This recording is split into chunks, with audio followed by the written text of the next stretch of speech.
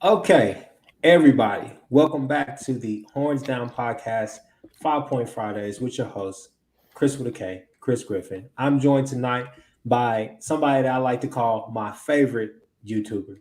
Always insightful, always cool, always, Not me. Not always me. on the spot.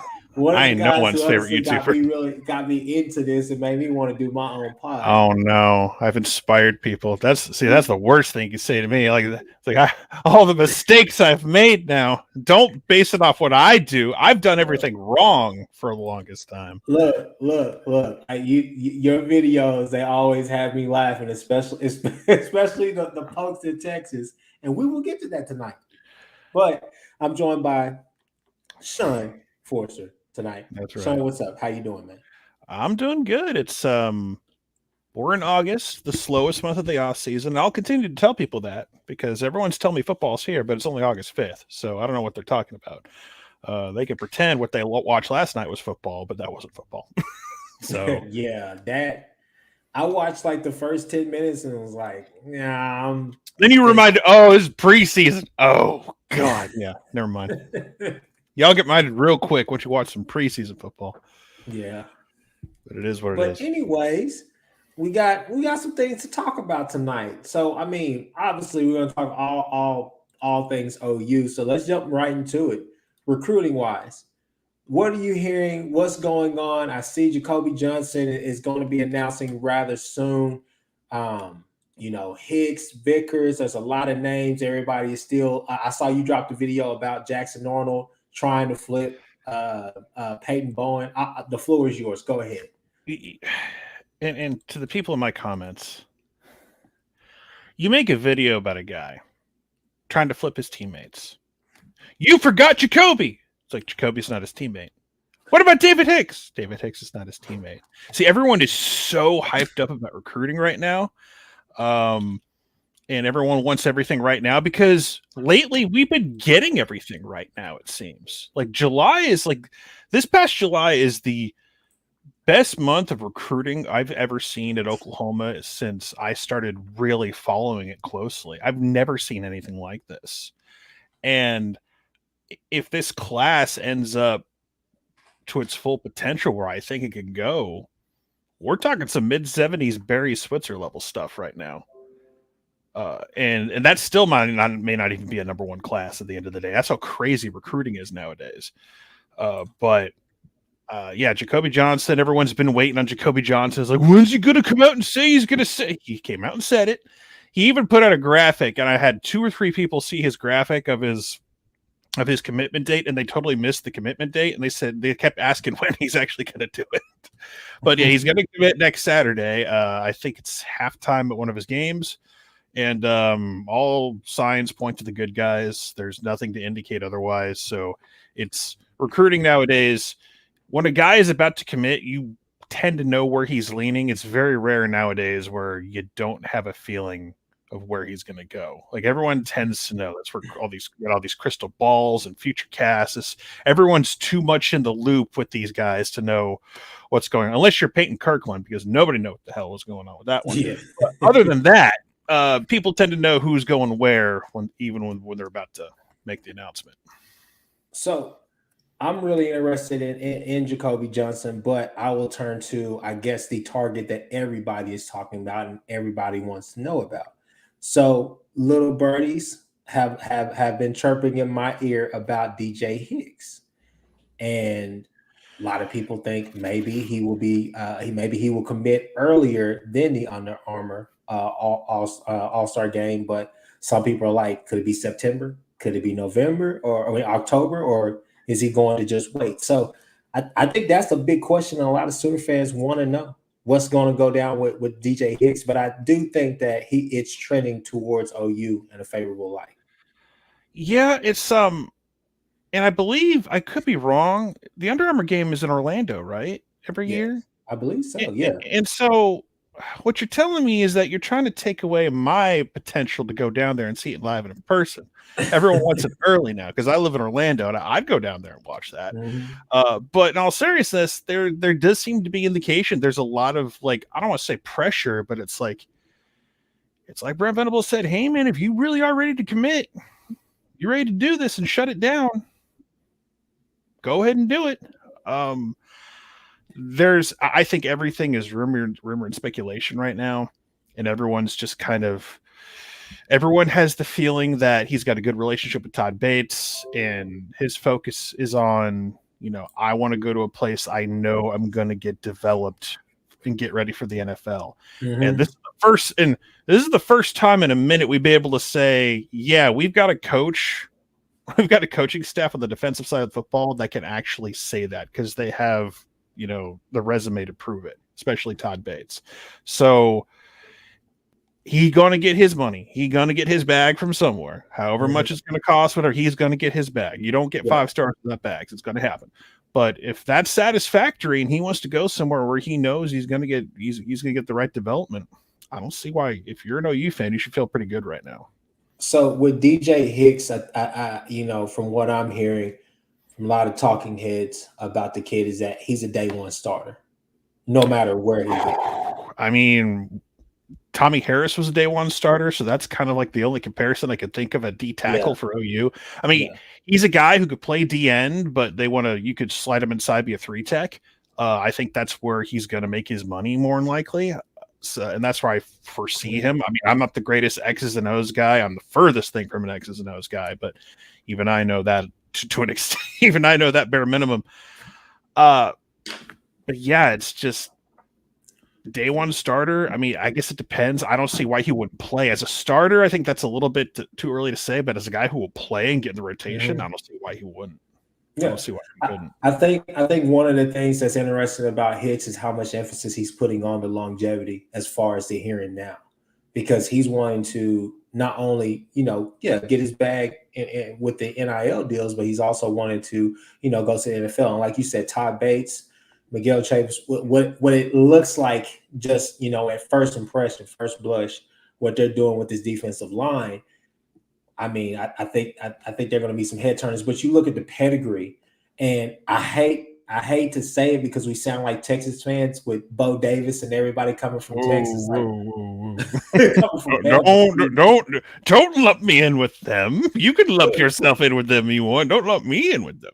All I'm saying is this right here is that we know their pedigree and we know what they've done, and they have the skins on the wall to show exactly. To show all these recruits, like, hey, look, you come here, same coach, same things I'm teaching that I taught him, same things I'm teaching you. Like, let's get it. So that's really exciting to me. And I mean, you kind of nailed it on the head, and I talked to on last week's show with Parker. That was one thing I made note of, was the fact that, hey, look, we lost great recruiters, but it seems like we gained elite recruiters. I mean, losing Jamar Cain sucked initially. I'm not going to pretend it didn't. Mm-hmm. But Mikael Chavis, oh my God, a rising star. Just think about this for a second. I think if you polled the average OU fan when that magical plane landed and Brent walked out, you had a feeling we were going to be okay. Like, it was there. Maybe we're going to take a step back. Maybe that's going to happen. Okay, sure. But at the end of the day, you felt like, okay, you feel stable right now. And if you follow recruiting, you knew, okay, if you can come close to anywhere a top 10 class for 2023 that keeps things stable, you're shooting for 2024, because that's the class with David Stone and a bunch of other guys you're really excited about. No one saw this coming. And what I think is the rumors and the reports I've heard from people talk about is that when they had the big visit last weekend, was they show all these guys on defense. They're showing Clemson film because they don't have anything to show on the field for OU yet. So Brent Venables and Bates and Chavis, they're showing Clemson film. This is what you're going to look like. You'll be in a much better color jersey. You'll be in crimson instead of that ugly orange, but you'll look better in our jerseys doing this, and that. And that works with guys because people have seen what Brent Venables and his staff has done at Clemson the past 10 years. Because before Brent got there, the last time we saw Clemson, the last time before Brent got there, they got destroyed by West Virginia, that Orange Bowl. It was a joke. It was an absolute joke. And Clemson has become with a brand where, really good defense is played there. And so that's an easy sell for guys.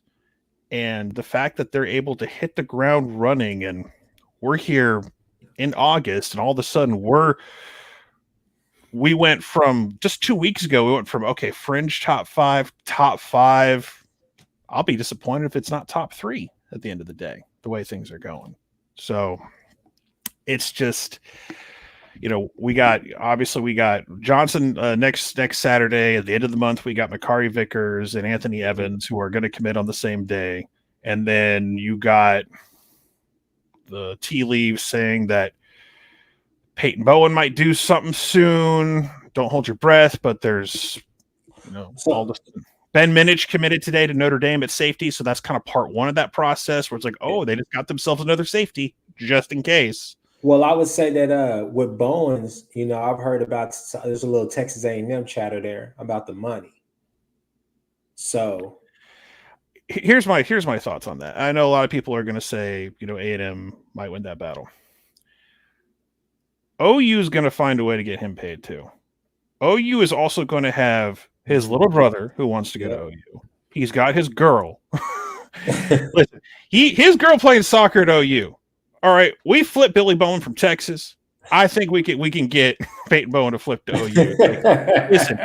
If that's true love, OU's won. If it's not true love, then we're not going to win that battle. But he's also got, Jackson Arnold is not going to give up on this. And I think if Jackson Arnold is able to convince him and Ryan Yates and, Peyton's little brother Eli, God, that's so weird to say that out loud every time, but getting his little brother Eli to come as well, he's automatically a better recruiter than Caleb Williams in the COVID year. Yep. Because we all heard what Caleb was trying to do in the COVID year, and it's like, yeah, go Caleb, and it didn't really work out the way we wanted it to. Please don't give it that. Hey, look, don't get me started on that. I started watching. We were going to get Tristan Lee and Kamar Wheaton and Emeka Buka. We're going to get all the, and we got no. So we got no. So the question I have for you, okay, Sean, who is the recruit that 1 we can't miss on, and then 2, who is the recruit out of this class right now that has committed or hasn't committed that you're the most excited about possibly committing? Who we can't miss on? I mean, I think we already got him. I think Jackson Arnold was the guy we had to get a quarterback. Mm-hmm. We desperately needed one, and he was one of the first ones on board.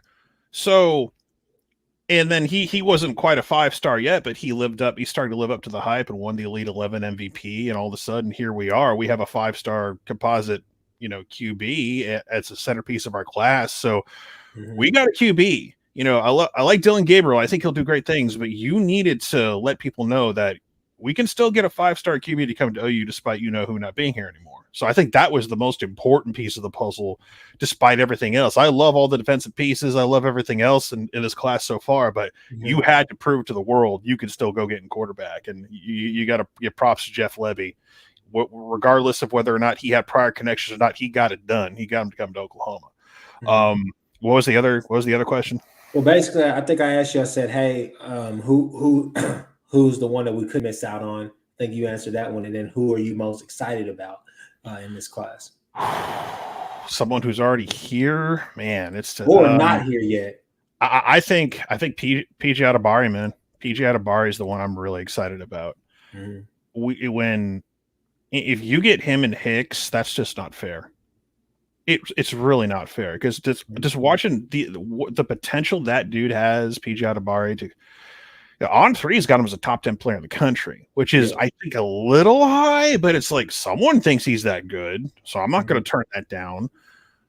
But we've been desperately needing to get elite pass rushing at OU. We desperately, we've been able to create it in different ways, whether it was Obo doing it or Eric Stryker kind of coming off. He was too big to be a defensive back, too small to be a linebacker, but he was a really great pass rusher. We found creative ways to get a pass rush.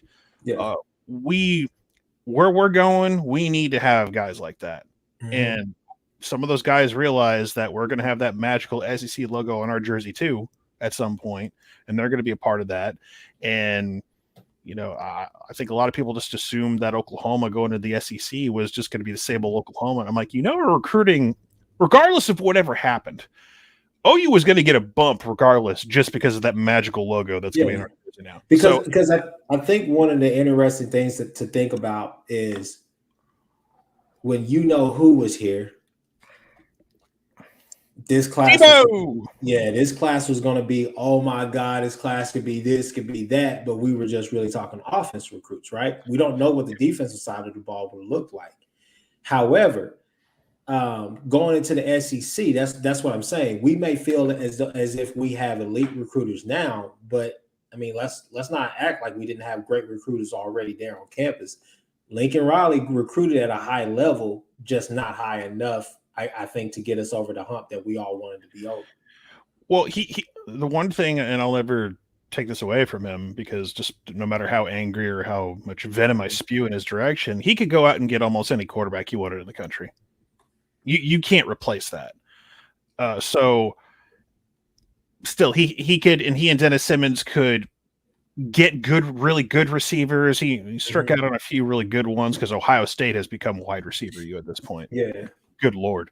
But I think the one areas we kind of like struggle with at times were elite tackles on the offensive line. Like, we would get some good ones, but not really super elite ones. That's why I think Caden Green is another guy that's really important for this class. Yeah. So, because he's going to get his 5th star at some point before it's all said and done. And it's like, you need to start winning those battles too, because I mean, Tyrese Robinson at right tackle, that can't be the reg anymore. That can't happen.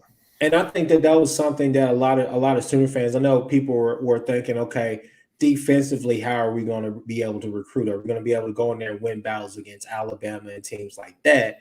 But also, I think one of the more interesting points that was glossed over was, or one of the interesting questions, can Levy not only recruit the offensive talent and skill positions, but can he get the offensive linemen that we're used to consistently getting at OU, at least under the Lincoln Riley administration, if you want to call it that? Well, Beebo can still recruit. I mean, again, he can. And I know he's a part of it, but with Levy making his imprint or whatnot, can he go out there and still consistently get those 4 and 5 star guys, or just the guys that were like, hey, these are beating bowl guys, but these are really highly talented guys, Well, it also helps you get Jerry Schmidt back, who's going to develop those guys in the offseason, because I don't think – I think Reggie Grimes had a quote this week where – and I think OU fans this applies to us too, because you don't know you're dysfunctional when you're inside the dysfunction. Yeah, because that was me last year. Like, I do live streams for the games where I open myself, because it's insane that I do that to myself. But I go on here like this, and I do watch-alongs, and I get the angriest of angriest fans in my chat saying, like, if we're struggling, I'm just like, I don't know what's going on either with the Tulane games and the West Virginia games and whatnot, but I see us able to come back and fight back. I'm like, okay, we're just having a slow start. Like, you're trying to figure out what's going on. Because I always point back to the end of that Tulane game. It's like we couldn't get a stop, but then when you let our defensive line play, all of a sudden it's like 3 and out, and they just they're killing people. It's like, where was this the rest of the game? But there was just so much dysfunction. And I think I want you to think back to last offseason too, because we had 3 dudes beating up their weed guy. We had we had all these things. Like, you had Marcus Major, who was ineligible for half the season. Yeah. You had Trey Bradford, who just in the news recently, who's no longer at LSU. He left right before the season. We walked into the season with 2 healthy scholarship running backs, and everyone's trying to talk, and I mean no disrespect to these guys, but people are trying to talk up Weatherman and guys like this. Like, bro, we got to play those guys. We're in trouble. All due respect to them. We are. It's like we are down to Eric Gray, and we are down. Oh, it was just so painful to watch. Like, Kennedy Brooks, I was like, please, Kennedy Brooks, do not tweak an ankle. Do not tweak an ankle. Do not tweak an ankle. And that's kind of where we're at. But you go to this offseason, after we got through the disaster of late November and December, what bad news have you heard about OU football? Knock on wood. Well, that's something that excuse me. That's something that I talked to. I was talking to my uncle about the other day. I said, it's kind of crazy because with me being a lawyer, I like to kind of peep in on some stuff, certain stuff. And so from time to time, I get on OSTN and I look up, Mikey Henderson and Trajan Bridges and all them just to see how that case is still going. But I mean, hell, I work right down the street from the courthouse, anyways, right? So, anyways, basically, what I was telling him, I was like, man, it's kind of crazy because you think about it. Maybe there was a lot of dysfunction. Maybe there was this because you haven't heard a peep out of this regime, anything that's happening. One of the things we talked about was just the simple fact that there was a steady decline, a steady regression, because if you look at the first year that Lincoln took over, and this is no slight to him, Texas fans can call it what they want. Look, for those 6-7 years, we enjoyed it. It was great. It was a roller coaster ride every game, literally. Last year was a heart attack. I was like one play away from a heart attack. But at some point, you have to just say, like, look at the defense. Year one of Grinch system, oh my God. Like, hey, next year we're going to be great. Yeah, I was loving it. Yeah, okay, cool. Speed, yeah, this and that. Second year, yeah. Third year, national championship. But you saw a slow decline. A lot of the games we just weren't physical. You look at a K-State, you look at an Iowa State, you look at especially a Baylor. Those teams were really physical with us and able to beat us. Every time under the Lincoln Riley era, you always would say, let me pick out not the Texas, not the highly ranked or overranked Baylor or Iowa States, guys like that. Let me go and look at the K-States. Let me go look at the Texas Techs. Those are going to be teams that we struggle with. We have no business struggling with. You rarely saw a lot of blowouts. You just saw a lot of really close games, especially last year. Last year it showed up and it showed out. And we just weren't physical. We weren't disciplined. We weren't a lot of things. And I'm not saying that Lincoln is a bad coach, but it's just, when you listen to Reggie Grimes' comments, you're like, you can see it. Like, you don't have to be there every day. Like, you literally see it on the field. It's going to show. Like, you grew up in a household where domestic violence is the norm, and you go over to your friend's house, and it's like your mom and dad don't yell at each other after dinner every night. So it's like, that's weird. Oh, I'm about to go home now. Oh, cops in the front yard again. Anyway, but it's just it's been nothing but sunshine and rainbows so far. And I mean, something could always pop up. You never know. It's like, oh, so and so suspended. Like, because we don't know how Brent's going to deal with. Like, by the way, so and so is suspended for UTEP. Like, what? Because that happens sometimes for something stupid, whether they missed a practice or late for a meeting or whatever. Yeah. So we still have that potential roller coaster to go on, but other than that, like, you just look at the social media he's putting out. Like, this is a hyped football team. It's brotherhood. Yeah, they're excited. Like, they made a weigh-in. They made a weigh-in, an event. And I know some other schools have probably done that before. I'm just thinking back.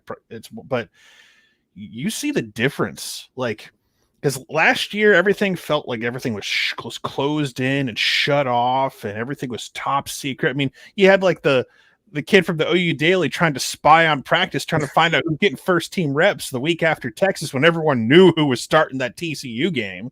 And now it's like one of the refreshing things that I heard this year is that Dylan Gabriel, like, this is back in March, Dylan Gabriel's our starting quarterback. Oh, great. Well, he kind of has to be because we don't have to get a quarterback at the moment. But then we got some guys. We got the kid out of Pitt as well, but it's like, he's like, no, Dylan's our QB. He's going to get first team reps all throughout. I was like, good. We have a plan.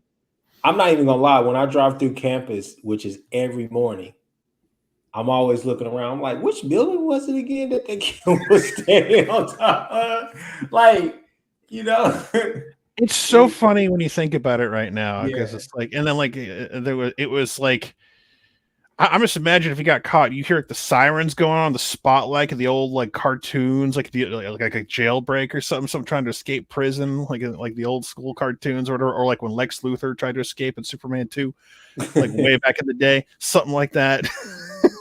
I mean, it was just really goofy. I was like, that's just goofy. What I was gonna say, last thing on recruiting, we may dip back into it, but last thing on recruiting. I'm excited about this class. I really am. I think that this class could be special. There's whispers in the winds about there's more on the horizon. How many players do you think that we're going to realistically take? I say about 25. I say max 25. No, we going above 25. You think 25? You Oh, think we more are than definitely going 25? above. We're going to get closer to 30 than we are 25. You don't think we're going to save any room for possible transfer? I mean, I know he's not I going to mean, go to the portal like that, but I mean, maybe. I guess it kind of depends, like what your numbers are going to look like at the end of the year, because you don't know who's going to stay, who's going to go for various reasons. But um, I think they're going to build this roster on high school football talent more than anything. If there's like a disgruntled 5-star who was promised a check somewhere, who is legitimately talented and doesn't have a character problem, I'm sure Brent Venables will be more than happy to have a phone call with him if he goes to the portal and is interested. He's not going to turn that down. yeah. But at the end of the day, though, I think he's going to try to build with high school talent. And if there's a couple spots open up for transfers and everything, again, use everything to your advantage in college football. Like, I know people hate the transfer portal and they hate how things are changing in college football. It's like you either evolve or you die. So if you don't like it, tough. But like, I don't blame if you can go get certain guys, however, by any means, go get them. Now, if it works out at the end of the day, that depends on your football culture and the guy you brought in. But if it works, if it's a match made in heaven, go for it. All right. So I guess y'all heard it, man. I definitely agree with you on that. You changed my mind because I was taking 25 max and then probably save some spots for some transfers. But I know that he's not too keen on it. But but the numbers I keep hearing is like he is like 28, 29. But those are the numbers I keep hearing around the water cooler, so to speak. Well, we will be on lookout for Jacoby Johnson. I'm sure that you already kind of got some stuff queued up just for the news, right? I will roll out of bed on Saturdays. Like, what time he came in? All right, let me find a picture on Google. I'll be good. No, that's basically what I do. I feel that. So, okay, so we're moving on to the next topic, which is fall camp. Okay, so last week we talked about it kind of, briefly here and there a little bit, but man, let's get into it. Fall camp position battles. First position we're going to talk about today, linebacker. Linebacker play was not up to par last year. I don't know whose fault it was, but it was not up to par. We had bright spots. Obviously, Asamoah did his thing, but in my mind, I thought that Agwebu was going to take that step. This year, I'm looking for a guy like Agwebu. I'm looking for Danny Stutzman. Obviously, Kanik, I know a lot of people are excited about him, and I think you're going to see a lot of him. But you have a lot of talent out there, and I think that this is your time to see like the Clayton Smith kid. You're also, I mean, I'm just going to be real with you. I think my breakout player that I said last week, my two breakout players on defense this year. Everybody's talking Ethan Downs. I believe it. I believe the hype. Reggie Grimes. Second player, Marcus Stripling. I think Marcus Stripling is due for a great year because when you look at the defense, if he can really grasp this defense, if you look at a lot of the different things that Venables is asking those rush-ins and those linebackers to do, he fits the mold because I'm not going to say he's a freak athlete, but he's one of the closest things we have on the team to that, and he's really versatile with his skill set. Oh, DoorDash is here. I know. No, go ahead. Oh, okay. I thought you're talking about linebacker. Just this has got to be Agwebu's year. If it's not, someone's going to take his spot. I don't know, but I feel like, all right, it's a lot to ask maybe for one off season to change, but I think he's lost some good weight, and I think he's going to be a lot better. Stutzman, I'm ready for year two of Danny Stutzman. We saw flashes of what that dude could do last year, and I'm excited to see part two. Is it Shane Whitter or Shane Whittier? Whittier? I think it's Whittier. Everybody says Whittier. I go with Whittier. I'm gonna go Whittier too. Okay. He's a guy I'm interested in checking out and seeing. So those are kind of the guys I'm like looking forward to. Like Kanik obviously was like the first big, oh my God, like everyone is hyping up this dude so much. And I can't wait to see what he can do. I think he's a guy you could see make an impact immediately on special teams. Mm-hmm. But you can always rotate guys. I don't know if he's going to rotate guys like Grinch or anything like that. But I hope not. Jesus, I hope not. I was there. I was there at the Tulane game. That was painful. Deshaun White. I think he might get the start early at the weak side. Ted Roof's kid, man, TD Roof. Mm-hmm. He's had a few things pop up here and there. So here's the interesting thing. So if you go and look at Clemson, or if you watch Clemson these past few years, Clemson has always had talent at that position. But you've seen guys with neck rolls. Very important. But you've seen the guys with the neck rolls, you've seen walk-ons playing Mike for Venables, but that's because he trusts him with what he's trying to do, because they're his coach on the field. So you might say, yeah, well, this guy is more talented than him, but what they're asking you to do on defense is a lot, and you're pretty much, the extension of the coach. So I wouldn't be surprised if you saw a guy like Ted Roof, or maybe somebody actually pop up. Ted, TD. Yeah, you don't want Ted out there. Ted you don't want Ted out there.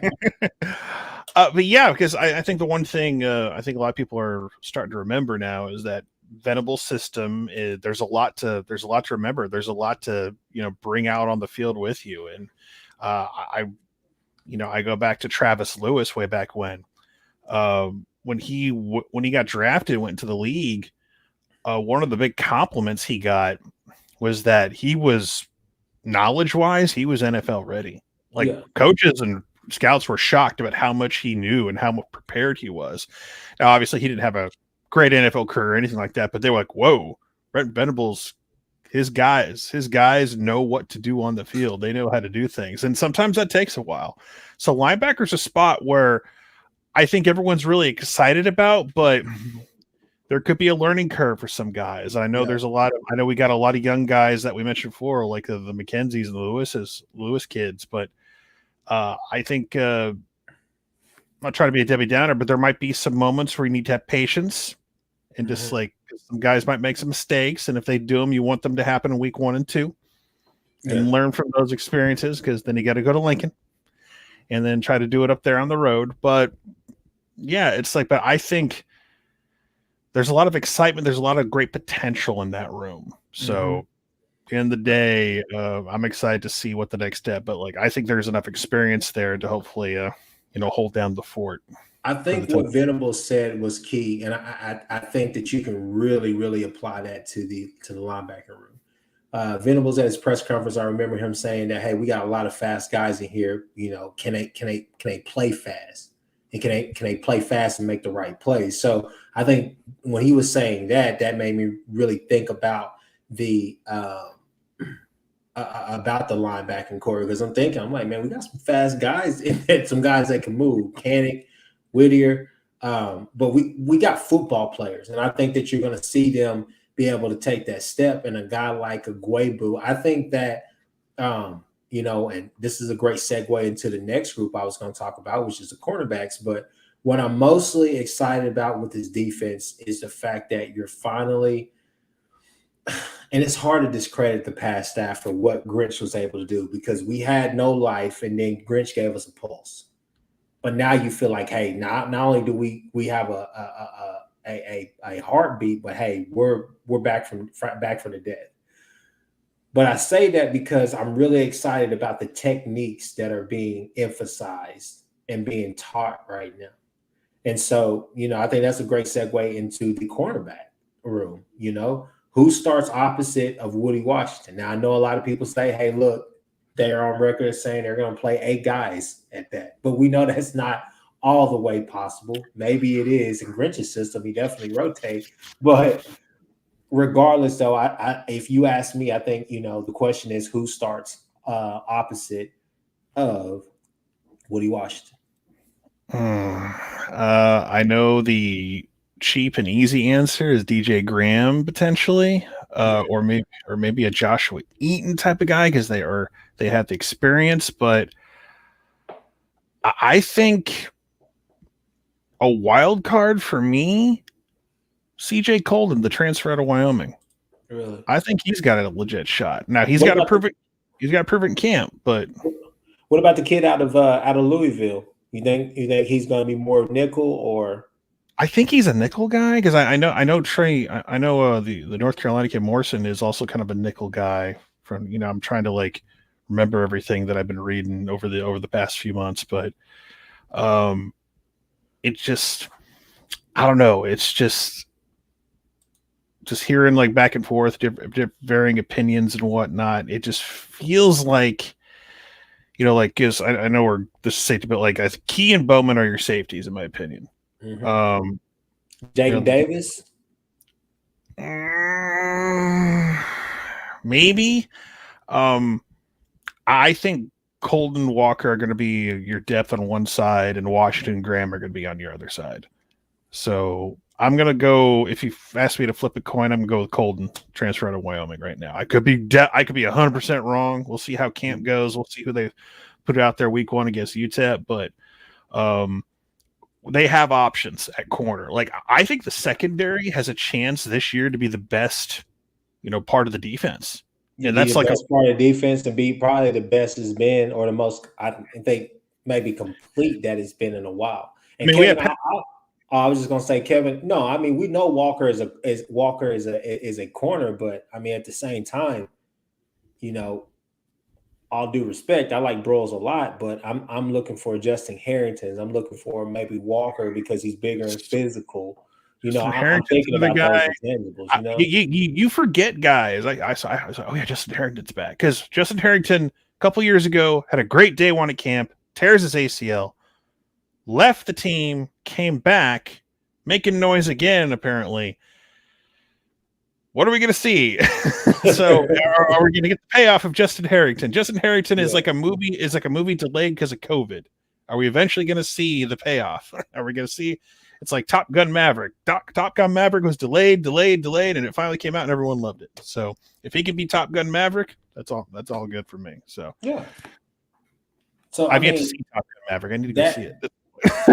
That cornerback room, the whole DB room is really interesting. Because you go to the safeties. Let's go ahead and go to the safeties. Keith Lawrence was not preseason All Big 12, which is crazy. I mean, which is crazy. But Keith Lawrence, Billy Bowman, and then you're looking for a guy like Jordan Mooks. Can you take that next step? Maybe we finally get a Bryson Washington signing. Maybe. Oh my God, I forgot he existed. I mean, we got a 4-star safety. Yeah, it's like it's nothing yet. That's what it used to be like. It's like, we got a 4-star safety. Yeah, we did it, guys. We did it. I think another guy we're missing is Gentry Williams, true freshman. Gentry Williams could be in the fold. You look at Justin Rowe. I mean, there's some guys that can make some impacts, but you're just looking at. I mean, I think this is the deepest I think the back end of the defense has been in a while. Now, there's a lot of unproven names. There's a lot of unproven names, but you're excited about like the potential, the talent potential. So even if someone doesn't live up to the hype, seems like you have 2 or 3 other options potentially that could like as a failsafe. Kendall Dennis. Yeah, I mean, you've heard in spring ball, you heard a lot about him. You saw him; he had a pick in the spring game, and I was like, "There's another 4-star corner that came in with Eaton that everybody forgot about too." So, I mean, I think that I just had a feeling. Now I've heard little rumblings about it, but I think that the staff was pleasantly surprised with the amount of talent that was here, and some of the guys they were like, "These guys didn't play. These are the guys that you just had." How did you guys suck so bad? Because like OU's gotten a lot of talent over the years. I mean, where they've lacked the really elite talent has like all been inside guys. D tackle, inside linebacker, safety. You go up the middle of this defense. That's where they've lacked the ability to get highly touted guys. Just go look at the classes. They've gotten 4-star corners. They've gotten 4-star guys on the when it comes to rush end linebacker or whatever. They've gotten guys on the defensive end, but like inside deep, all those guys they couldn't hit on because it's like, well, the stigma of playing in the Big 12 and Oklahoma plays crappy defense. So it literally took like the best defensive coordinator in the country to come in and bring half the staff with him. It felt like, and go, okay, we're going to change things now. So I got 2 questions for you about recruiting. So the first one is this right here. Oh, back to recruiting. I love it. We've heard, Valai do his thing, Chavis do his thing, Bates do his thing. Everybody's doing their thing. I haven't really heard that much out of Brandon Hall. Is there something there, or is it just Daddy and is kind of a bit sluggish? What do you think?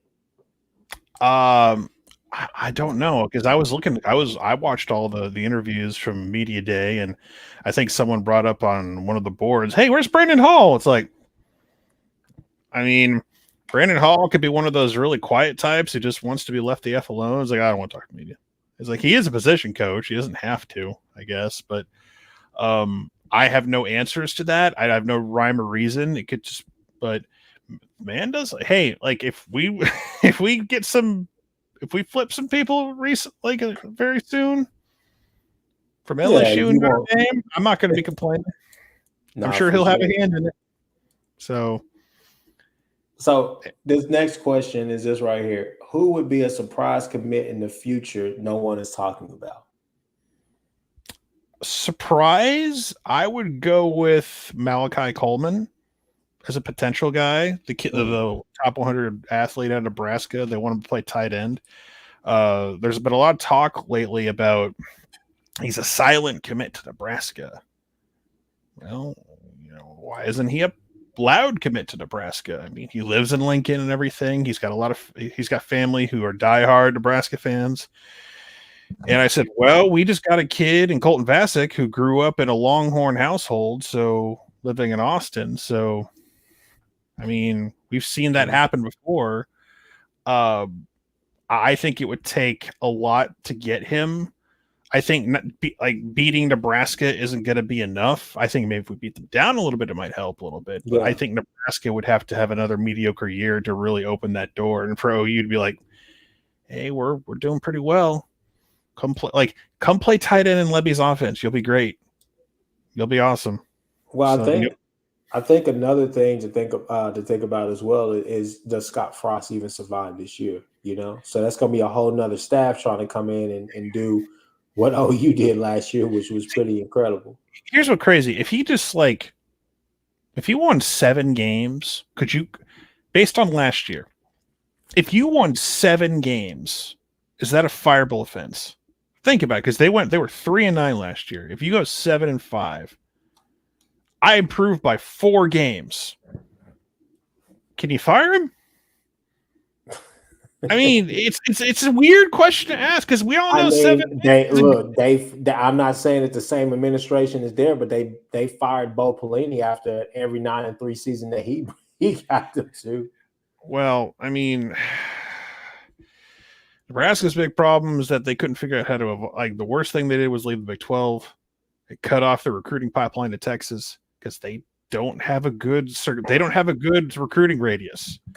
Yeah. Like, whenever I hear people say, "Oh, you're going to become the new Nebraska," bro, is the state going to physically uplift and move? Is it going to move 500 miles to the north and land somewhere like Asgard in the Marvel comic books or some crap? It's like, come on, man. It's like we don't have. Oh, we're not going to have access to the Metroplex in Dallas or Houston or Kansas City. It's like we're all our recruiting pipelines, they just get shut off. There's going to be a force field around the state. It's like I whenever people bring that up, they always sound so stupid. It's like we've been hearing stupid things all year about the future of this program, and I'm just, I can't wait for people to be forced to shut up and eat their words this year. I really can't. We'll get to that because we definitely got some people we want to talk to. But moving on, let's go to the offensive side of the ball, and let's talk about a position that a lot of people talk about and a lot of people don't talk about. Talk about wide receiver. Because if you get into the Twitter spaces, and you Oh guys know who God, you are, a I lot I of can people kind of say, "Was I you can guys?" kind of one I can count on one hand how many Twitter spaces I've been in. I think I enjoyed maybe one of them. Oh, those are miserable experiences. So, And sometimes the wrong people are allowed to talk for way too long, and it's like I'm done. I can't yeah, do this you anymore. his barbershop talk, some of them. But shout out to my Woo! guy, Sooner Soup guy, Andrew. And Andrew tries to run a tight ship as best he can with some of it. But I will say that, people are saying, hey, outside of Marvin Mims, you don't really have another receiver. Wait. Can I stop you there? People forget Marvin Mims exists. They're not saying you have Marvin Mims. I'm not hearing his name brought up ever Mhm. outside of OU circles. Because remember, they took away Mario Williams, our best receiver. That's He true. barely Oh, and made Jaden Hazelwood. it's like Mario Williams barely made a play last year. I'm not saying he's not talented, Yeah. but like people are saying, "Oh, you lost Mario Williams." Like, name me plays he made that were impactful in games that mattered. Mhm. I'll wait. I can't. What was the big Mario Williams like he lost his helmet in the Alamo Bowl. All due respect to the Alamo Bowl, like outside of Bob coaching that game, I didn't give a crap at the Alamo Bowl. I just wanted to get in, get out. I was like, I wasn't thrilled for the Alamo Bowl. I was like, I'm not thrilled to be here. I just want to get Yeah. in and get out and go home. That's what I thought about the Alamo Bowl. But everyone tried to tell me, oh, you took Mario Williams. Like, do you recall highlights of this man making Yeah. big plays? I remember Caleb making big plays. You want to throw that in my face, go right ahead. That drives me nuts. People saying, like, took Mario Williams from me. He's a 5-star. I think the thing for me is that I hope they ball out everywhere where they went. I hope he ball. I hope Caleb Williams balls. I hope they go do their thing. I'll never wish ill will on these kids, but like Jaden Hazelwood, I hope that his knee is finally back to where it needs to be and that he can go and do his thing. But last year, I love Jane Hazelwood. I wish him the best at Arkansas. yeah, I wish it could have worked out. But that dude made a lot of tough catches over the years, man. he made some tough catches, but when it came down to just like last year, he couldn't really create that separation because his knee, he was still really working back. I mean, that was really, really kind of a more of a stronger rehab year. But we'll see. But just to keep it in house, I think Kevin says it says it good. People act like Theo Weiss doesn't exist anymore. I'm really bullish on Jalil Farouk. I think that a guy like Drake Stoops, can have a big year because he's gonna be allowed to be more than just a possession receiver. I think that Drake's our Hunter Renfro, man. He's gonna make that. Yeah. He can score that last second TD in the national championship game. I think Jaden Gibson is another guy, but you're looking and people are forgetting the Trevon West, the Brian Darby's, guys like that. I mean, you got some guys that played meaningful snaps last year and know what it takes to be successful at this level on this team. And I think people are going to be pleasantly surprised with this wide receiver room. I think Theo Weiss is the guy that has a lot to prove, and we've seen flashes here and there of what Theo Weiss can do. And I mean, just like he got a few snaps his true freshman year. Like I think he made a big catch, and he made a big catch or a big TD or close to a TD when the Baylor comeback with Jalen Hurts and everything. So we've seen little bits and pieces, and I think this is his year to put it all together. He's healthy. We saw him make a big catch down the field. The spring game was like, okay, if that's what it potentially is going to look like with him and Dylan Gabriel, I'm excited. Farouk is a guy who got a lot of playing time in the Alamo Bowl. He's another guy, obviously you mentioned before, that everyone's starting to get real excited about. So I'm not worried about wide receivers. Like Mims is going to be utilized. He's going to be our go-to guy. He's going to be our number one. I'm not saying he's going to make 50-50 jump balls or anything like that, like in these miracle catches. Like he has the ability to do that, we know, but I think he's going to start looking like the guy we saw the previous couple of years. He's going to get way more involved. So, and if we're just talking about receivers, I think Braden Willis is going to be a big impact guy. I think we're going to see a lot of Braden Willis because Lebby loves using the tight ends. Malachi Coleman, watch the film, man. Come play tight end at OU. I'm telling you.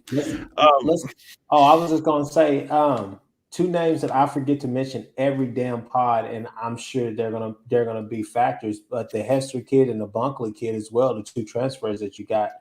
Uh, I've heard really good things about both, and it kind of seems like it flips. Like one kid was having a solid camp, the other kid was having a solid camp, and it looks like both of them could be contributors. So. I'm sure when they start doing scrimmages and those reports leak out, we'll start seeing the highlight film. We're going to see the hype videos. We're going to see all those things pop up. One of those guys will be making a play here or there, and then everyone's going to all the sunshine will be pumping. It's going to happen. So, and I'm really excited about the offense. I think the next position, obviously, let's go to it. A lot of people think we're not going to be able to run the ball, but I mean. You look at it, everybody's expecting Gray to finally be the finished product that we thought he was going to be last year. But you're looking for Gray, Marcus Majors, Barnes. You want Javonte Barnes. But then at the same time, you've heard really good things about Tawi and then the other walk-on back that they got from UCF. I mean, you've heard really good things, and it's a deep. And then obviously you can't forget Gavin Sawchuk with that speed. So, Gavin Sawchuk is a guy that I've thought about with his speed, and I have no idea what we're going to do on special teams this year. Who's going to be punt returner? Who's going to be kick returner? Mm-hmm. Maybe you put if he can do it, maybe put Gavin Sawchuk at kick return, see what he can do. If he's got that speed, man, if he's got like that Alex Ross type of speed where you can take it to the house. Alex Ross, boy. Ooh. Yeah, I'm going back a little. It's been a minute since we have kick returns at OU football, man. I'm telling you, I miss me some Alex Ross kick returns. But man, like if you can have like an Alex Ross type of dude back there who can give you some unscheduled scores, I'd be more than happy to do it. That's just my random thought that popped through my head. Yeah. And it has nothing to do with the fact that I've used his speed on punt return, kick returns, and some NCAA football. But other than that, Javonte Barnes is the hotshot freshman everyone's talking about, is looking forward to. We get to see a little bit in the spring game. Eric Gray. When we got those Tennessee transfers that came in, like Eric Gray was a guy to be excited about, and with and whatnot, along with Key Lawrence and Wanya Morris. But yeah, if we're not successful running the football this year, it's not because we're not trying. It's not because like, well, our head coach / OC is just going to pass the ball 80 times a game. No, that's not going to be the case. We are going to run the football. We're going to be physical. And if he's not successful, and it's not going to be for lack of reps, I promise you that. I mean, it boils down to the offensive line. And those are going to be some of the battles that I think everybody pays attention to. I mean, every year we do that, but this year especially. Venables is under a new regime. Not Venables, but Beatonbow, excuse me. Yeah. We all have heard the rumblings. We've heard it loud. We've heard it softly. We heard it all around. Basically, that last year he didn't really get to play the players that he wanted to play. So this year you're thinking, hey, you get to start fresh. You get to kind of mold this offense into how you want to do it with Levy. And so you're thinking this year, man, Wanya Morris, Anton Harrison is the time to finally shine, for a guy like Wanya Morris. But, Anton, can he take that next step? You think about Tyler Guyton, you're hearing that name, and Savion Bird, is he going to be in the mold? But, well, you also got guys like Andrew Rame come out and saying we've gotten stronger in 6 months than we have in the 2 years prior. It's like that's an indictment on, not just Benny Wiley, but Riley himself. That's an indictment. Yeah. And so it's not a coincidence that our offensive lines, our two best ones under Riley, were 17 and 18. What a shock. And then they weren't quite as good, started steadily declining. But like when guys start saying they got stronger in 6 months of the past two seasons. Yeah. So, but I think Harrison and Wanya Morris are probably going to lock those down initially, those tackle spots, because I'm hearing rumblings of Savion Bird moving inside to guard, because not as an indictment that he can't play tackle. It's that Beadbo wants to put his best five out there. Mm-hmm. And I think, no offense to Chris Murray, I don't know if it's Murray or the McCade Tower kid, but one of those guys is going to lose that guard spot potentially to Savion. You got Rame at center. So I'm with Bimbo. Put your best 5 out there. Rame's going to be your center more than likely. I don't think Congel's taking his spot. All due respect, I think he's good as long as he's healthy. But I'm looking forward to seeing a physical offensive line again. I really am, and I think we got a sneak peek of what it could look like. But overall, again, run football, not for lack of trying. I think that, a lot of people on the outside love to say, "Oh, well, if you're one injury away from figuring out what's going to really happen with your team because of Dylan Gabriel." Well, my whole thing is that, look, Dylan Gabriel, let's just call it for what it's worth. He's never played with this amount of talent. I think those UCF teams were good, but I don't think he's ever played with this amount of talent. Man, I'll tell you what though, man. I saw his first home start in person. I was a cameraman on the sideline for that game. So I got to see him up close and in person. I got to see that offense. Now, they played Stanford that day. Now, that Stanford team wasn't very good that year, but when you beat down a Stanford team that's known to be physical and everything, and that was Jeff Lebby was the OC that year as well, that offense was clicking. Mm-hmm. So you can tell me if you're saying that he has more talent to work with now, that's pretty scary. Yeah. Because you go on YouTube and find highlights of that game against Stanford, or just go watch that game. It's like he was lighting it up. Mm-hmm. That was Lebby. So I'm excited of that idea, of that prospect of him destroying certain teams we're going to play this year, because the kid can pass. The kid can do all. He can do everything on the field. Like, the only defense we're going to play this year that puts any fear of God into me is Baylor. Yeah, because of Dave Aranda. Everyone else doesn't scare me. Well, like I think we can score on anybody. Maybe not at will, but it's like we're going to put up points this year. Here's the thing. Okay, so I'm just going to give you the spiel. So when I was at the spring game, there were 2 guys sitting in front of me. I don't know, but just 2 OU fans. Hey, they were cool, but every time he missed a pass or he did anything, especially when he threw that pick to Kendall Dennis, they looked at each other like, "See what I'm saying? Nah, we're gonna struggle this year. We're gonna do this." I'm thinking to myself, I'm like, "You want your defense to win the spring game?" Yeah, I'm like, that's what you want. I'm thinking to myself, hey, Brent came in and his defense looked like trash in the spring game. Oh Lord, that's where I would be concerned. Yeah. But Baker, I was thinking to myself, it's like, Baker had crappy spring games. Kyler Murray had a crappy spring game. Yeah, so it's like listen, I used to have that mentality. 2007 spring game, I'm like, man, Joey Halsley's going to be our starting quarterback, man. Let me tell you, it's like we all have our moments. It's okay. It's going to be fine. Yeah. But man, it's like, do not judge quarterbacks on spring games. Please don't do it, because hey, with the exception of Texas A&M, because what we saw down there, that was trash. Listen, the Aggies are a whole different conversation, and they can recruit every single position except quarterback or develop quarterbacks. Like, Jimbo can't develop quarterbacks to save his life unless they're very, very, very special people with very special brains. But other than that, it's just we're going to struggle. We're going to do that. So I was going to say, with Dylan Gabriel, I think that going forward in this season or whatnot, with the amount of talent, I'm on record for saying, with the amount of talent he's going to have at his disposal, the offensive scheme and everything, and just him knowing those inner workings of Levy's offense, and then learning kind of the new things that he's picked up on his way back to OU. I think it's going to be interesting to see Dylan Gabriel, because we know that he could pass, we know that he could do everything, but he's not going to be asked to do an awful lot like a Lincoln Riley offense. I think my uncle, he pointed out to me, I think is a good point about like Malachi Nelson. Malachi Nelson is a great high school athlete, but when you get to college ranks, he's probably going to be a great athlete there too.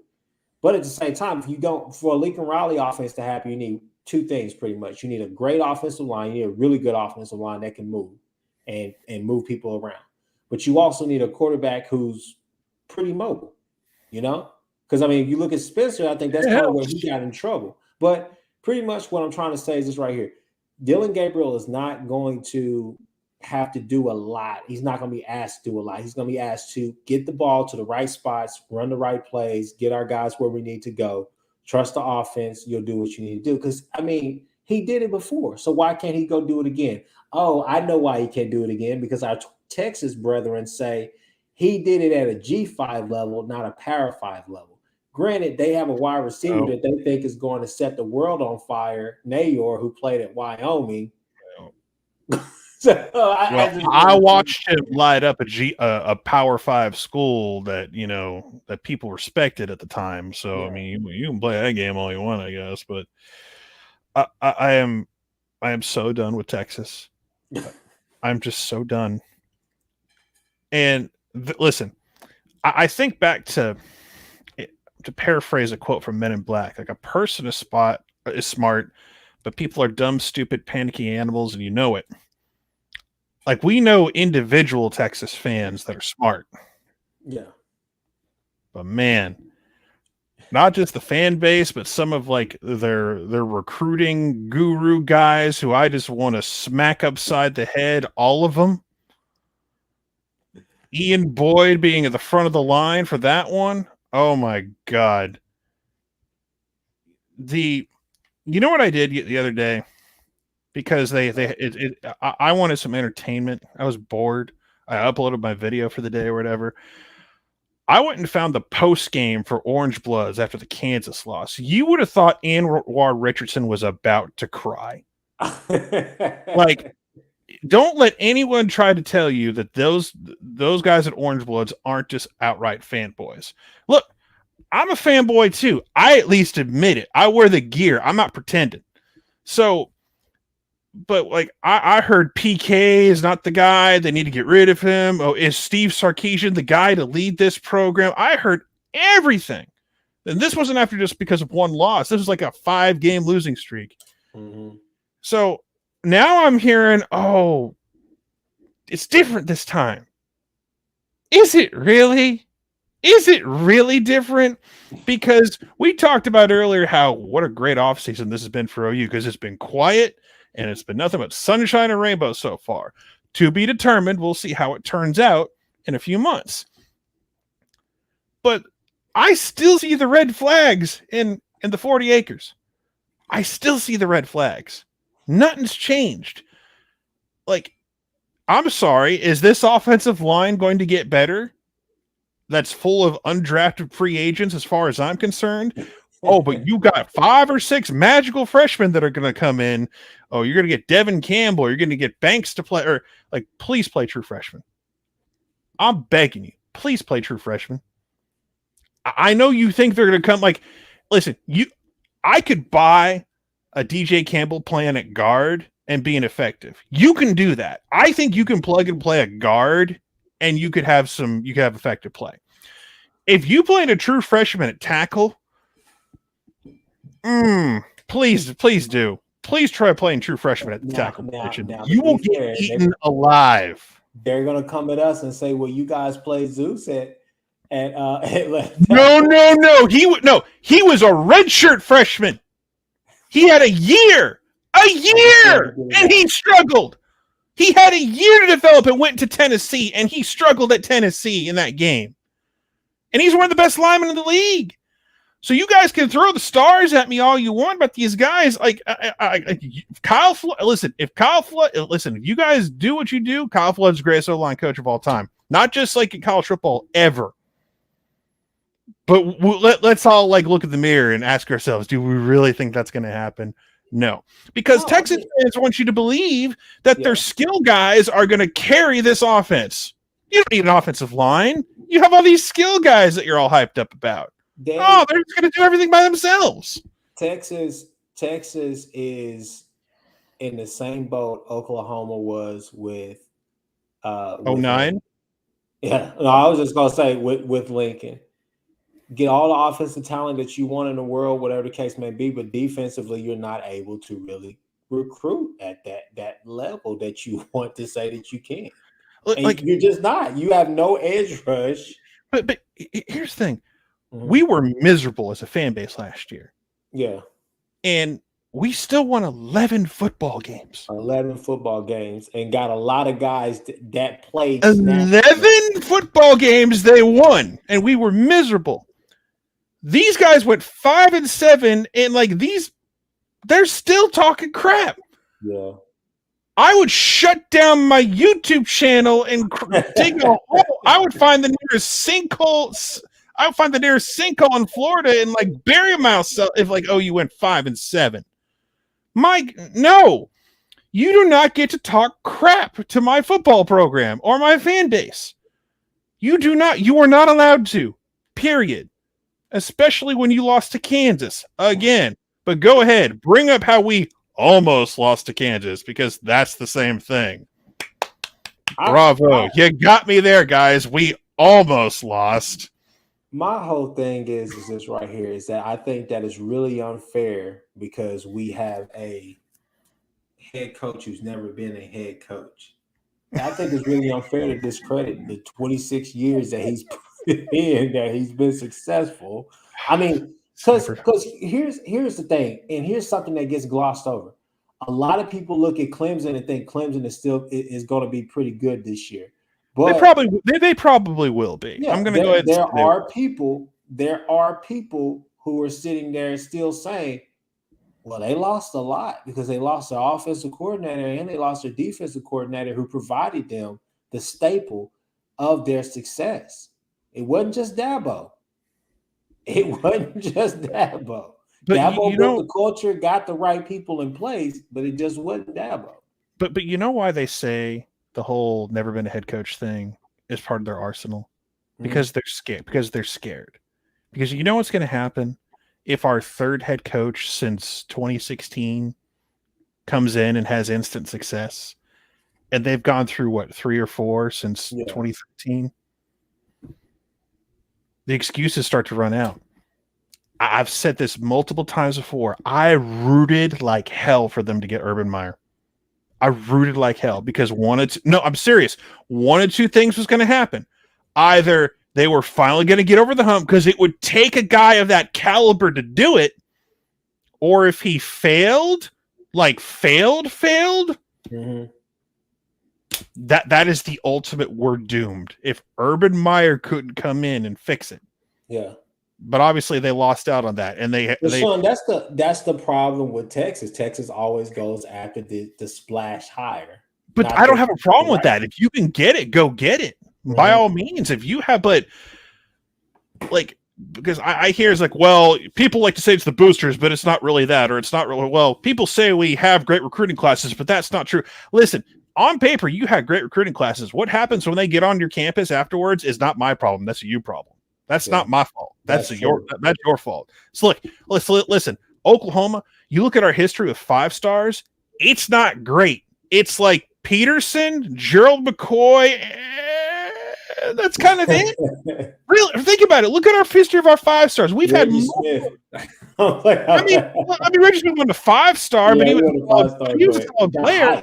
The hype, though. Yeah, but it's just like, name me these 5 stars that lived up to the hype. Not many did. Like Smoke Patterson and Stephen Good and Trey McGuire, Jeremy Calhoun. Like, none of them did crap.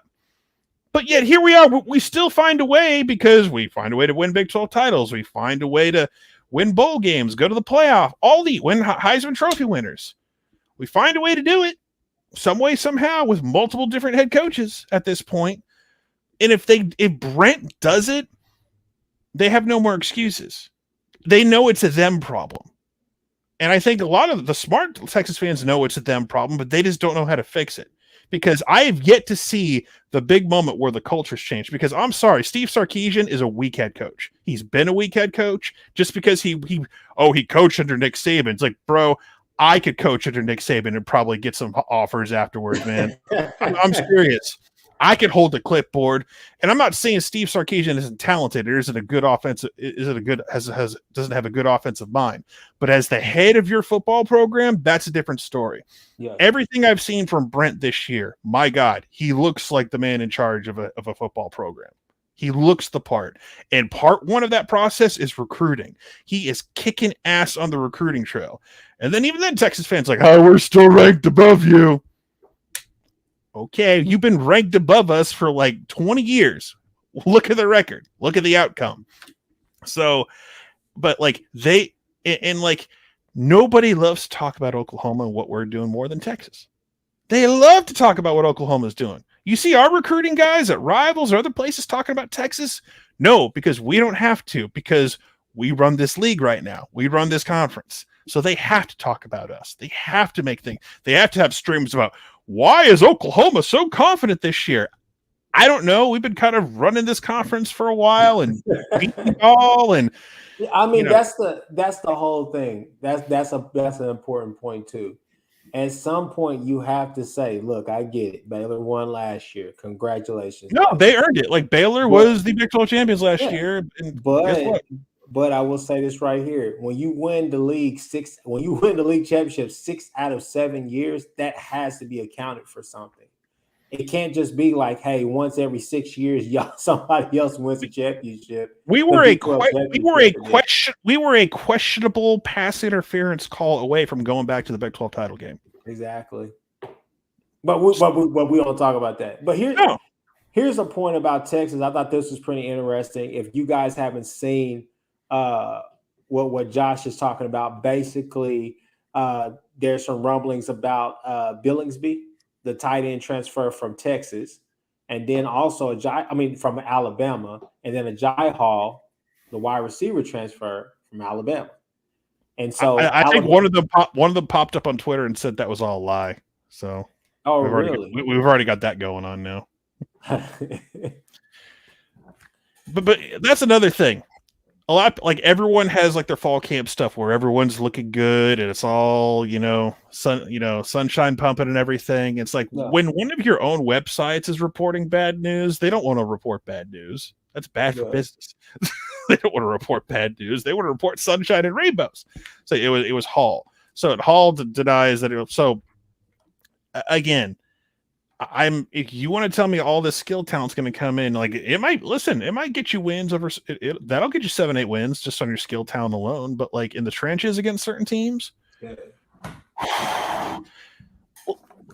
because at the end of the day, Texas fans love to say it wasn't like we just collapsed. We were up by 30. We were killing a lot of teams. State, Oklahoma, this and that. But I'm on record as saying that I've said it before. I was like, I think the ceiling for this Texas team could be 9-3, and I also think that Ryan Watson. I ain't giving them that. So? No, why should I? Why would I ever give them that ceiling? They haven't earned that ceiling as far as I'm concerned.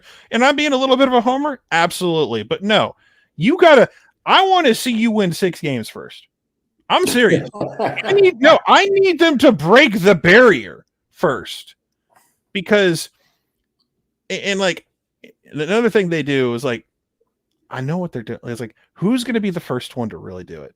Because we're creeping up on the season. Who's going to have the guts to say, I've been hearing things, the Texas fall camp, and I'm telling you, when Alabama comes into town, if they can just get that game to the fourth quarter, who's gonna be that guy?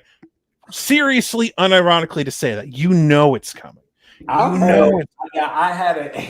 It's coming. So one of the funnier things I've heard in the Twitter space, I remember I was at the office and I was listening to one, and a Texas fan, he said, now Will Anderson, Dallas Turner, and all those guys are not going to be in the backfield every damn play.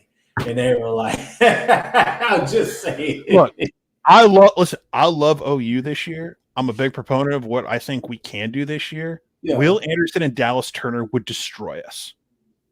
They would destroy it. Oh, God, yes. I'm not going to sit here and pretend that, we can hit. No.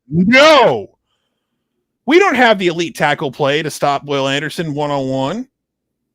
Oh, and we like, you know what Texas is gonna do is like, guys, we did it. Like there's gonna be that 1 second. It's like, guys, we double team Will Anderson. We did it. We stopped Will. Here comes Dallas Turner.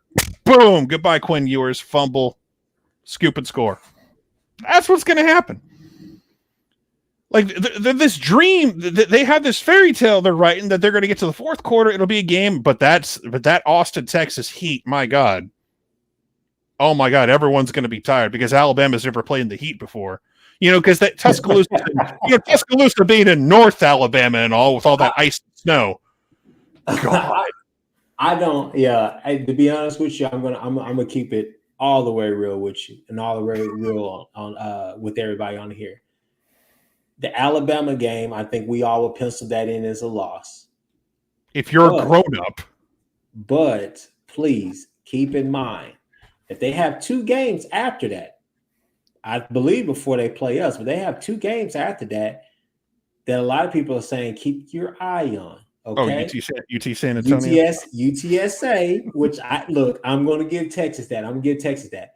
If this was last year UTSA, I'd be more inclined for the upset potentially. Yeah, if this was last year's UTSA and last year's UTEP, I would say, oh well, I think OU and Oklahoma Texas and Oklahoma need to just bring their be ready. But yeah, but Texas Tech though at T Tech with what they're building down there, that coach has something going down there. Be really hilarious. And it's probably not going to happen. But like Texas Tech is our last game regular season this year. It's weird. We're on the road at Tech. Yeah. Like it would it be something if like we go on the road at Tech and they're like number 2 or number 1? It's like a preview. It's going to be like or something stupid like that. Cause like weirder things have happened, but yeah, Tech is one of those wild cards this year. Cause I know we smoked them last year, but that's a game everyone likes to, you better watch it for Nebraska and K-State and Iowa State. No, I'm starting to think I'm going to circle that Texas Tech game at the end of the year, man, because it's going to be a night game. That's a weird spot for it, and it's on the road, and it's like, kind of reminds you of when who was that? Was that when Halsley actually was that? Because Bradford got knocked out the first quarter concussion because there was like a fumble, and then Halsley came close to bringing us back, and then DeMarco separates his kneecap or whatever on that onsite. 2007, my God. Yeah, we're a Sam Bradford non-concussion away from probably playing for the Natty that year. Yeah. So I mean that's what I'm saying. So no, look, as far as Texas is concerned, I get what you're saying because I've said it before. I said it at Ty. Shout out to my guy Ty Roundtable Sports. But I said it to a lot of people.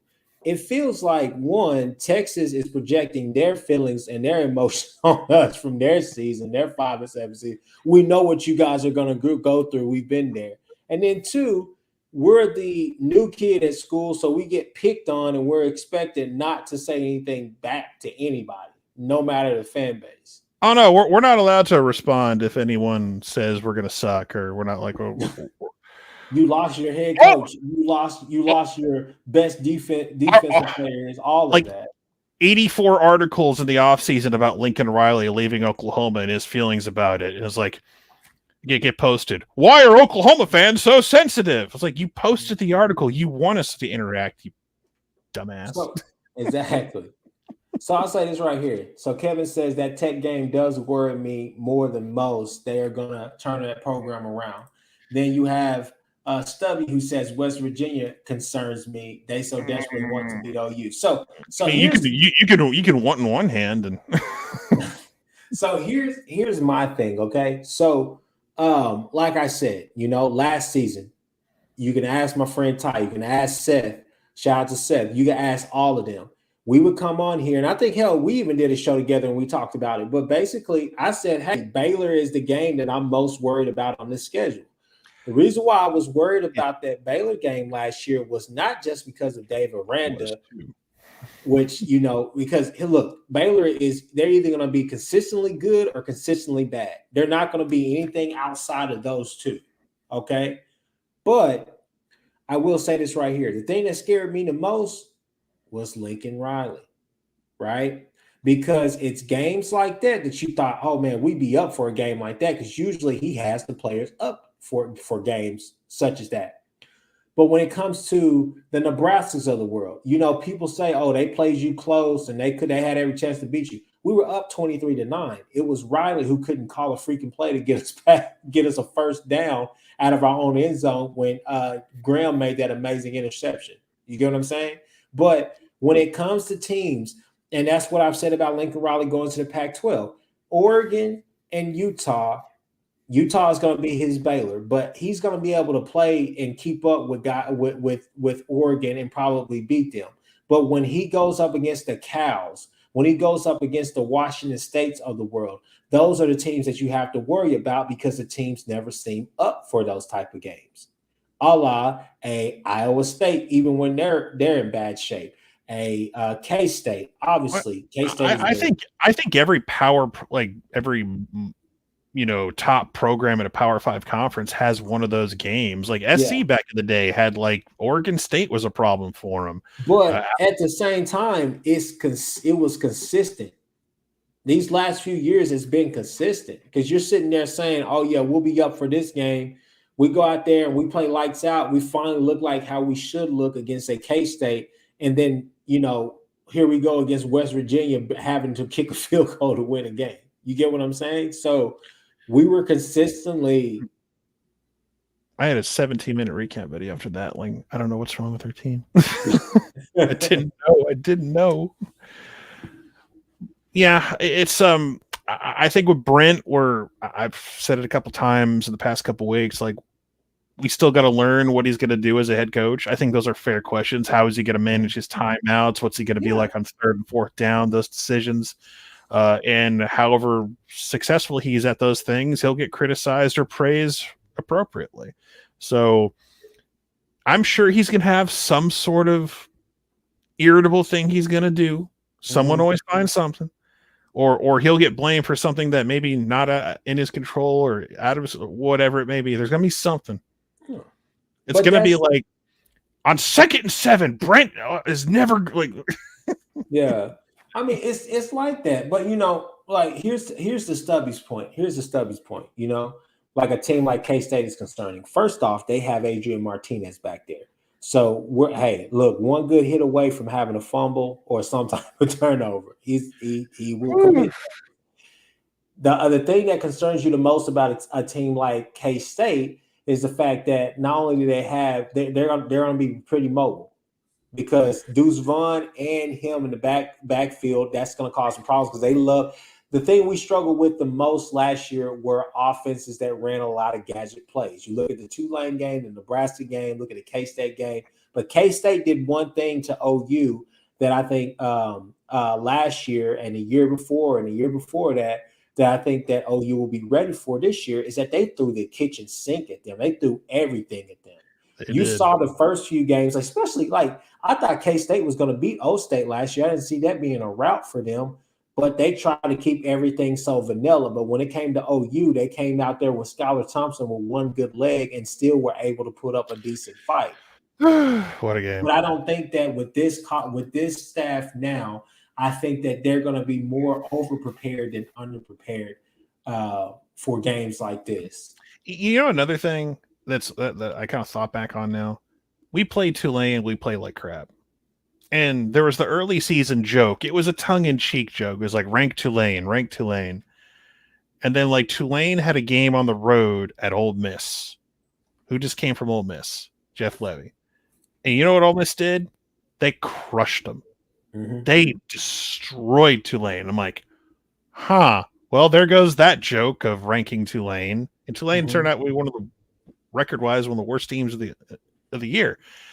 And now it's just thinking back on that, I was okay, I think I'm good with Levy now.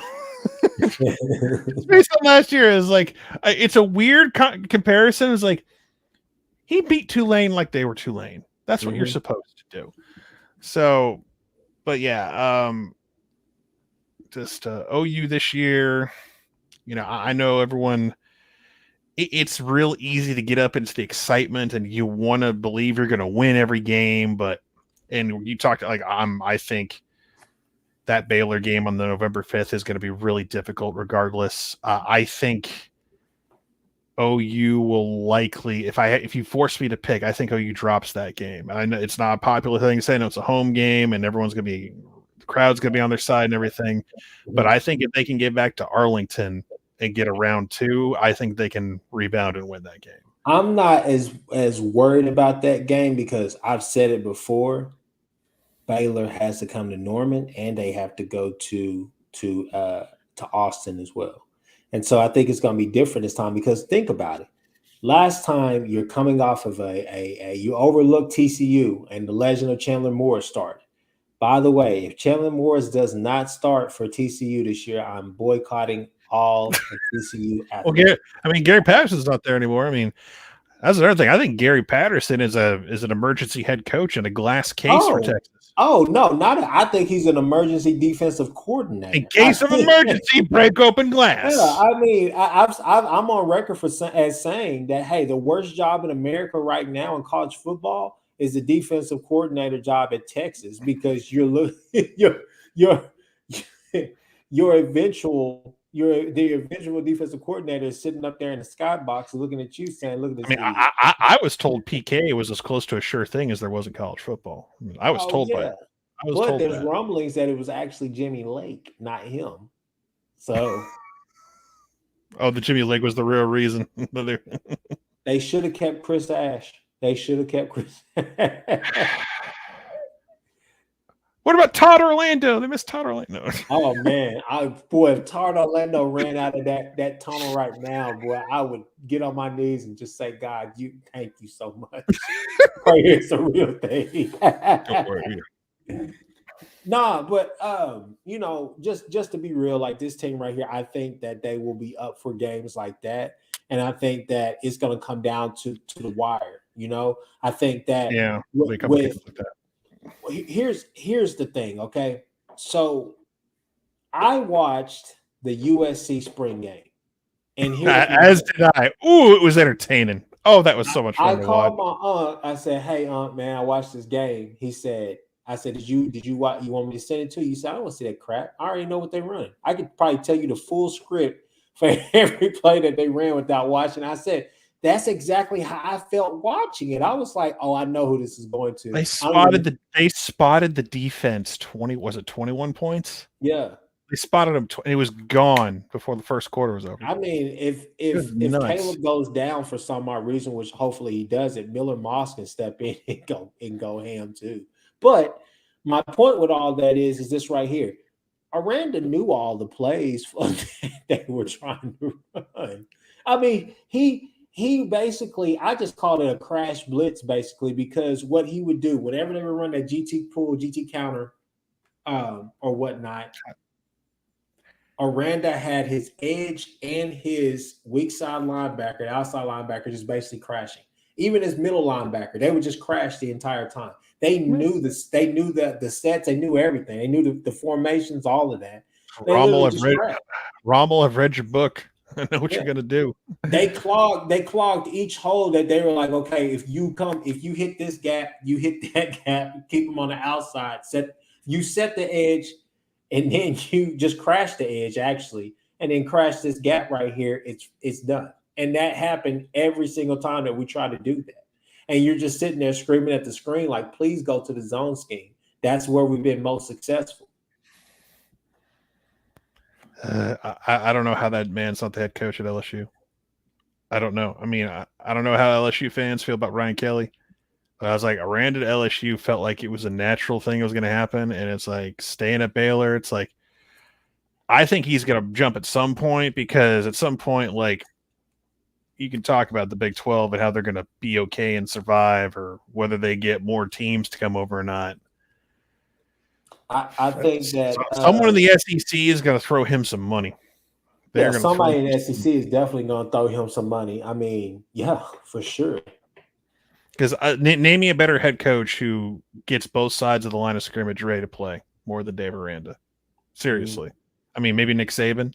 That's who I'm throwing into. That's who I'm throwing the comparison to. He and Saban.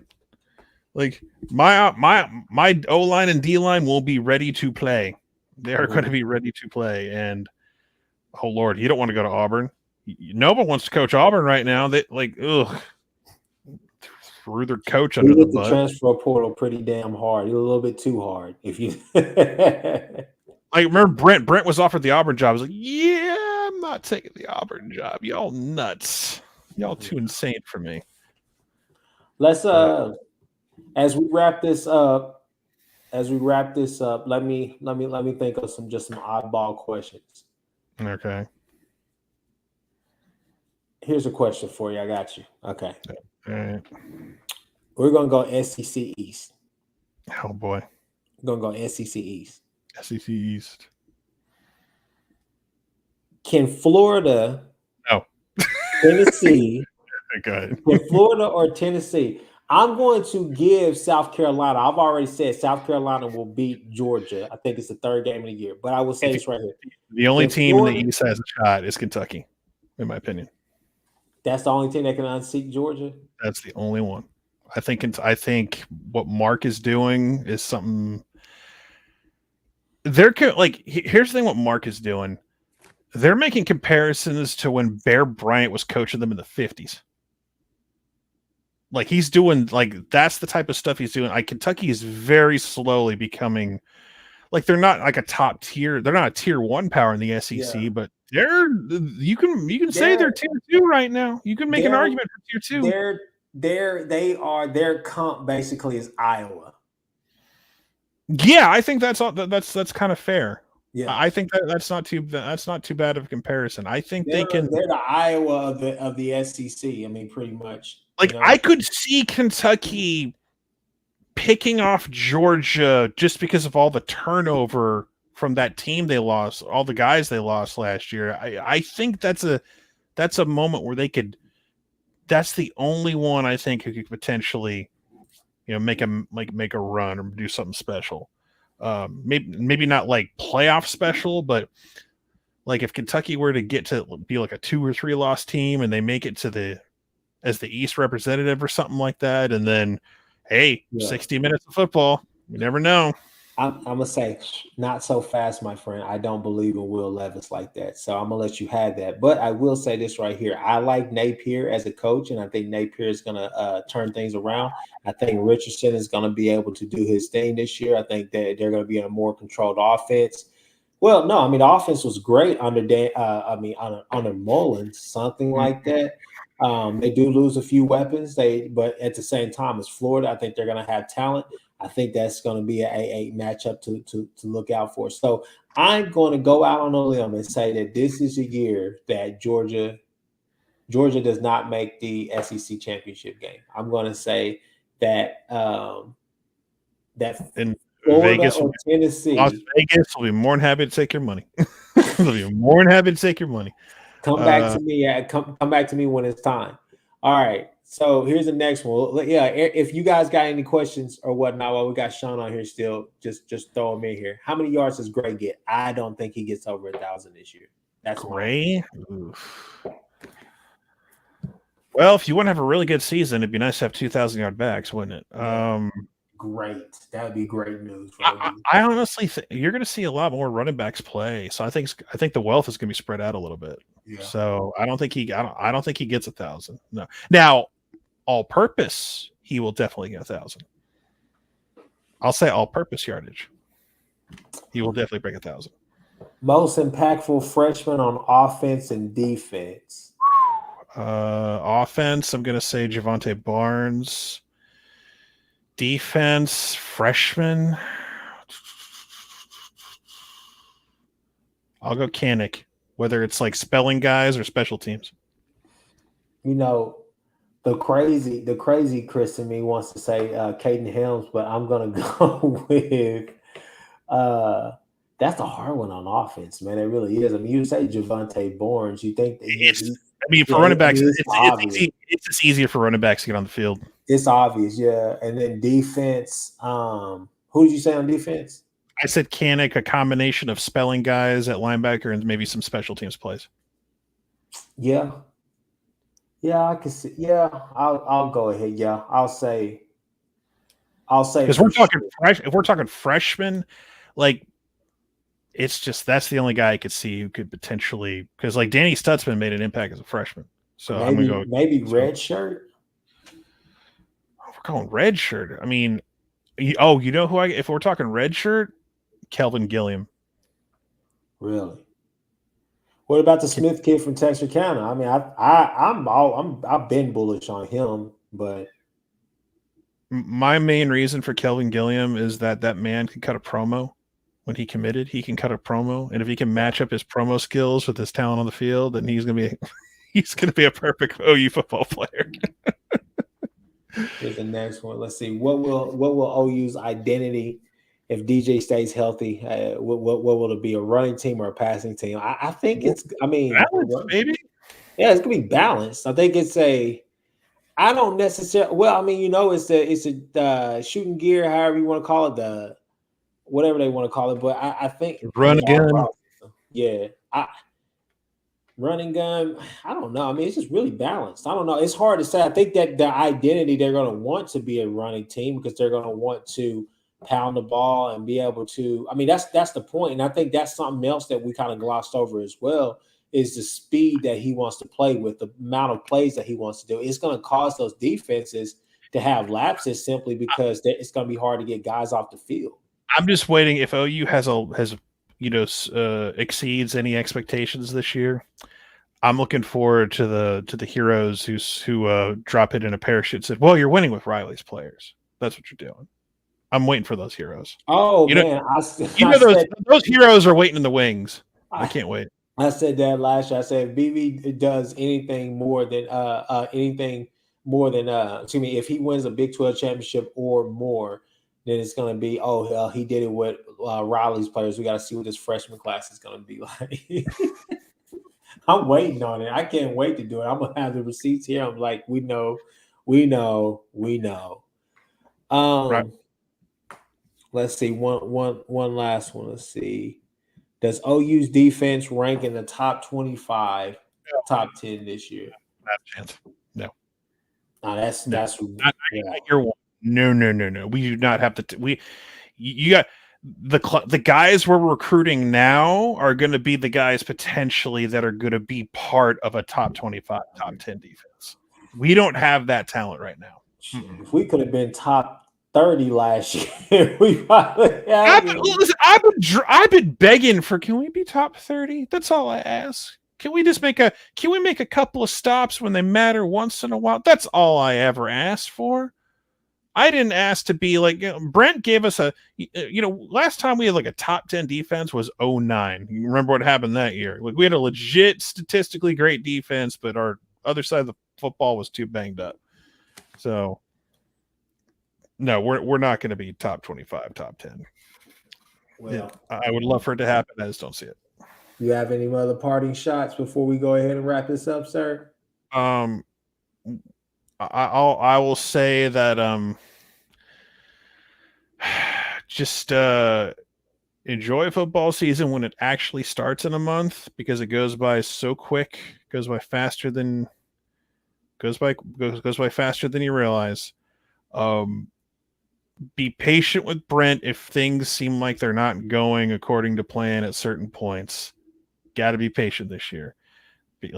I'm hype. I can get up into the hype. I'm excited. I've been a hype man on Twitter the past few weeks because it's fun to be that and because you see all the positivity. But I think this is a 9-10 win football team regular season. Just get to Arlington.